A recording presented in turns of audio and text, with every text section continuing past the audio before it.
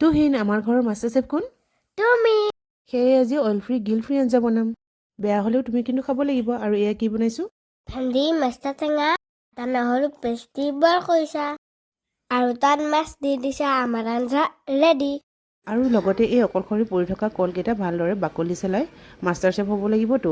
আঙুলি কটা নোযোৱালৈকে কাটি থাকিলোঁ। আৰু দেখিছেনে ভয়তে কুকাৰেও চিটি মাৰি দিলে।